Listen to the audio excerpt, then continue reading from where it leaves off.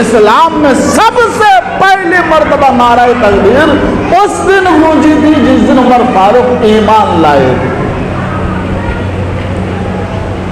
ایمان لا لیا. ایمان لانے کے بعد اب نماز کا ٹائم شروع ہوا تو اس دور میں نماز چھپ چھپ کر کے پڑھی جاتی تھی. لوگ تشدد کرتے تھے, کفار مشرکین تشدد کرتے تھے, تو صفیں لگانے کے لیے چھپ چھپ کر کے گھر میں صفیں لگا رہے تھے. عمر فاروق رضی اللہ عنہ نے دیکھا, اللہ کے رسول یہ کیا ہے؟ کہ جو شخص مسلمان ہوتا ہے اس کو نماز پڑھنا پڑتا ہے, تو نماز ہم چھپ کر کے کیوں پڑھیں؟ ان لوگوں کے ڈر سے چھپ کے پڑھ رہے. عمر فاروق کی آنکھیں چمک اٹھی.